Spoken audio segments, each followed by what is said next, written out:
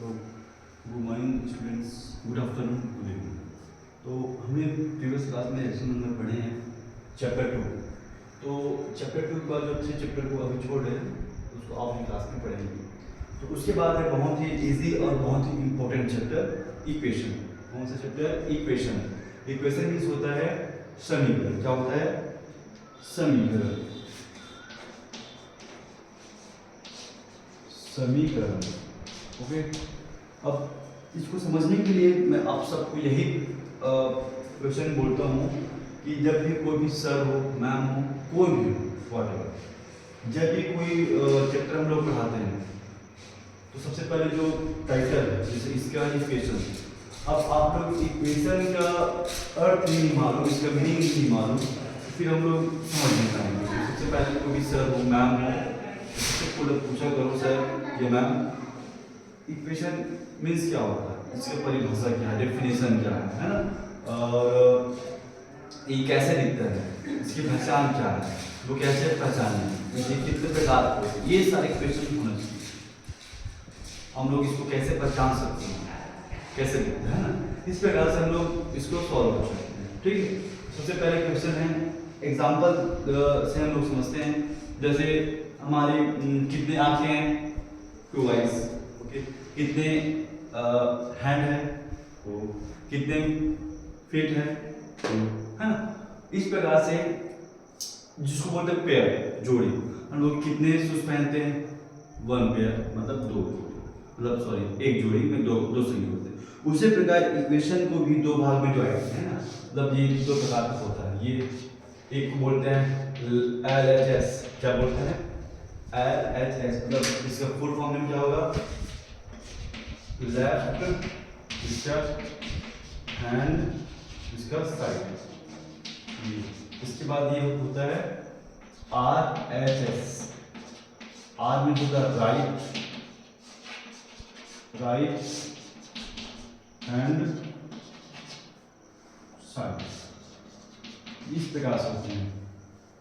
और इसके दोनों के बीच में क्या होता है? इक्वेशन का चिन्ह होता है, जिसको हम बोलते हैं इक्वल, इज इक्वल। ठीक है।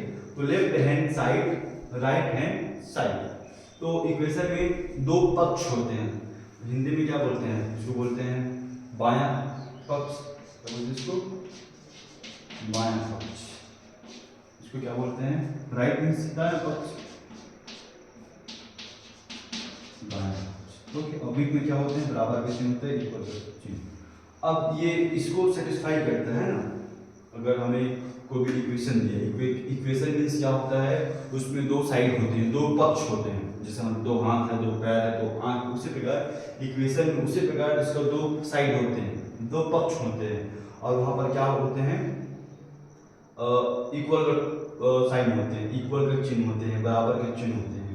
अब उसके बाद LHS, शॉर्ट फॉर्म में क्या बोलते हैं? LHS मतलब left hand side. RHS right hand side, दायां पक्ष और बायां पक्ष। अब इसमें समझते हैं वेरिएबल और नॉन वेरिएबल, है ना। वेरिएबल, वेरिएबल मीन्स होता है चर, है ना, होता है चर, और होता है कांस्टेंट। क्या होता है? कांस्टेंट।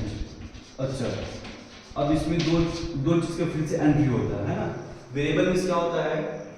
जैसे सपोज एग्जांपल के लिए सभी ने काऊ देखे हैं, गाय। ओके। उसको चढ़ते हुए देखिए ना, चढ़ते हुए गाय को, चढ़ते हुए चारा को चढ़ते हैं ना, खाते हैं। जैसे हम लोग भोजन खाते हैं, हम लोग एक ही स्थान पे बैठ कर खाते हैं। लेकिन जो गाय लोग होते हैं वो क्या करते हैं? हर सेकेंड, हर मिनट, प्रति सेकेंड, प्रति मिनट अपना पोजीशन, अपना स्थान चेंज करते करते अपना भोजन ग्रहण करते हैं, चारों को चढ़ते हैं। मतलब जिसका मान हमेशा क्या होता है? परिवर्तनशील होता है, बदलते रहते हैं। उसको क्या बोलते हैं?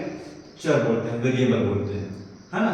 जैसे कि x, y, z, ये सब होता है वेरिएबल में आता है ना। इसमें आता है वेरिएबल में, ये फिक्स नहीं होता, हमेशा क्या होता है? इसके वैल्यू बदलते रहते हैं। उसको आता है कांस्टेंट। अच्छा सॉरी, क्या चीज है ये?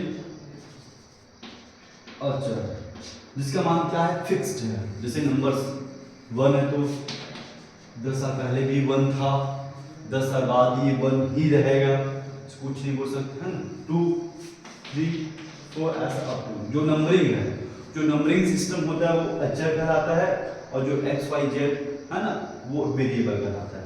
तो वेरिएबल किसको बोलते हैं? जिसका मान परिवर्तनशील है, जिसका मान क्या है? परिवर्तनशील है, हमेशा बदलते रहते हैं, फिक्स नहीं रहता। ओके, फिक्स नहीं रहता। कांस्टेंट मींस होता है अचर, तो अचर मींस होता है जिसका मान परिवर्तन नहीं होता है, नाम से पता चर, जैसे गाय चरने गई है बहुत टाइप की भाषा में क्या समझ, गाय चरने गई है मतलब चरने गई मतलब इसे ये समझते हैं कि वो एक स्थान पर नहीं चर सकता, एक स्थान पर वो अपना भोजन को ग्रहण नहीं कर सकता, हमेशा चल चल के जब वो गाय चरने के जब बाहर जाते हैं जंगल में या खेत खाद में, हमेशा अलग अलग हर मिनट हर सेकंड में वो पूरा चलते रहते हैं। कांस्टेंट नाम से अचर, मचर, अचर है ना, जैसे कि 1 2 3 ये कहीं चलने वाले नहीं जाते, स्थिर रहता है, इसका मान फिक्स है, बोले तो वो नहीं जाएगा। ओके, तो आई होप वेरिएबल और कांस्टेंट चर अचर का कॉन्सेप्ट है वो क्लियर होगा, है ना। तो ये जो चर और अचर है वो क्या होता है, ये दोनों होता है वो इसमें एंट्री करते हैं, इसमें इक्वेशन में। ठीक है, तो सबसे पहले क्या पढ़े हैं, जो इक्वेशन होता है क्या होता है, इक्वेशन होता है तो उसमें दो पक्ष होते हैं, जैसे हमने दो हाथ होते हैं, दो पैर होते हैं, उसी तरह उसमें दो पक्ष होते हैं। ठीक है, तो ये हो गए कांस्टेंट और वेरिएबल। अब इसका ये भी समझ गए, ये भी वेरिएबल कैसा दिखता है एक्स वाई के फॉर्म में, और कांस्टेंट कैसे दिखता है 1 2 3 के फॉर्म में। अब इसका डेफिनेशन बोलता है the statement of equality between two expression is called an equation। इसका डेफिनेशन क्या बोलता है,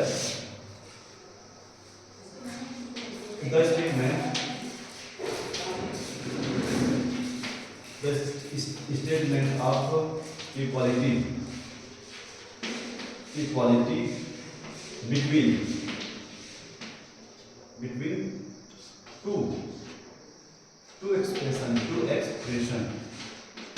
expression is called an equation।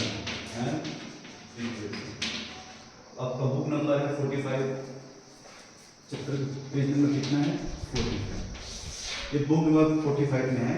ठीक है, डेफिनेशन तो इसका क्या चीज है, डेफिनेशन आप क्या बोलते हैं इसका, द स्टेटमेंट मीन्स अभिव्यक्ति या कथन, द स्टेटमेंट ऑफ इक्वालिटी बराबर equal between two expression is called equation.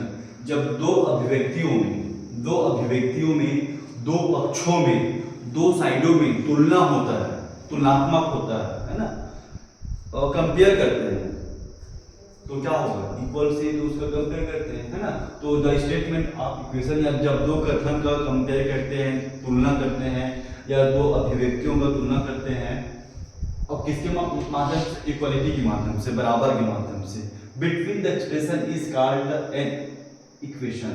तो उसमें जो एक्सप्रेशन होता है, जो भी प्रदर्शित करता है, तो उसको क्या बोलते हैं, कॉल्ड इक्वेशन। अब यहाँ पर क्या बोला है, two expression means left hand side का एक्सप्रेशन और राइट हैंड साइड का एक्सप्रेशन, 1 2 1 + 1 2 है ना। तो टू एक्सप्रेशन, ये जो ये अपना एक्सप्रेशन दिखाएगा, ये अपना एक्सप्रेशन दिखाएगा, इज कॉल्ड इक्वेशन।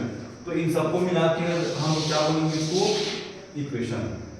एक इक्वेशन में क्या होगा, लेफ्ट हैंड साइड आएगा, राइट हैंड साइड आएंगे, उसके बाद वेरिएबल और कांस्टेंट आएंगे, तो इन सभी को जब मिलाते हैं तो क्या बन जाता है, इक्वेशन। तो सिंपल सी बात है, इक्वेशन में क्या ध्यान देना है कि उसमें दो पक्ष हो, दो साइड हो, है ना, और उसमें क्या चीज हो, चर संख्या अचर संख्या, मतलब उसमें वेरिएबल हो एक्स वाई जेड या कांस्टेंट हो 1 2 3, ये चीज हमें वहां पर होना चाहिए। एग्जांपल के लिए समझते हैं कि अब इक्वेशन कैसे दिखता है, तो हम लोग ये समझे हैं कि जो इक्वेशन होता है उसमें दो पक्ष होते हैं और दो साइड होते हैं, और उसमें इक्वेशन का साइन होता है, और उसमें वेरिएबल्स होते हैं, जैसे कि यहाँ पर 3x = 2। सबसे पहले देखो कितने साइड है, यहाँ पर 2 साइड है, 3x 1 साइड, 2 and 1 साइड। अब इसके पक्ष को, साइड को चेक करते हैं, तो सभी लोग देखो, जैसा हमारा हाथ का पोजीशन है ना, वैसे इसका साइड होता है, जैसे ये लेफ्ट है, ये क्या है हमारा राइट हो जाएगा, ये क्या हो जाएगा, लेफ्ट हो जाएगा। उसी प्रकार मैं उल्टा हूँ ना, तो ये हो जाएगा, आप लोग का राइट हो जाएगा, इसको क्या बोलेंगे, राइट हैंड में है, राइट हैंड साइड होगा, ये क्या होगा लेफ्ट हैंड साइड हो जाएगा, ठीक है। तो इसको बोलते हैं left hand side, right hand side, बायां पक्ष, दायां पक्ष। अब ये जो 3 है, अब यहाँ पर x का एंट्री हो गया है, x मींस क्या हो जाएगा, ये वेरिएबल हो जाएगा, है ना। x क्या हो जाएगा, वेरिएबल हो जाएगा। तो उसके बाद 2 क्या चीज है, 2 क्या चीज है, कांस्टेंट अचर, और बीच में क्या साइन है, इक्वल। तो मैं तीन चीज को बता चुका हूँ कि इसमें क्या होना चाहिए, इक्वल का साइन होना चाहिए, है ना, वेरिएबल होना चाहिए और कांस्टेंट होना चाहिए, और दो साइड होना चाहिए, और इक्वेशन का साइड होना चाहिए, और वेरिएबल और कांस्टेंट होना चाहिए। ये 3 चीज होना चाहिए। पहला, दो साइड होना चाहिए, इक्वल का साइन होना चाहिए, और वेरिएबल और कांस्टेंट होना चाहिए। ये तीनों चीज हुआ मतलब क्या है, वो इक्वेशन कहलाएगा। तो आई होप आप लोग इक्वेशन को समझ गए होंगे, और एग्जांपल देख लेते हैं ना, कैसे दिखता है, इसको आप पॉज करके नोट कर लेंगे। इसके बाद में ये और एग्जांपल में समझते हैं। 2x² प्लस 0, ठीक है। अब ये कौन सा साइड है, left hand side, left hand side. ये कौन सा है, राइट हैंड साइड। दो पक्ष हो गया। और 2x क्या है, वेरिएबल है। 3 क्या है, 3 क्या है, कांस्टेंट है। 0 क्या है, कांस्टेंट है, अचर पद है। तो इस प्रकार से इसको हम लोग इक्वेशन बोलते हैं।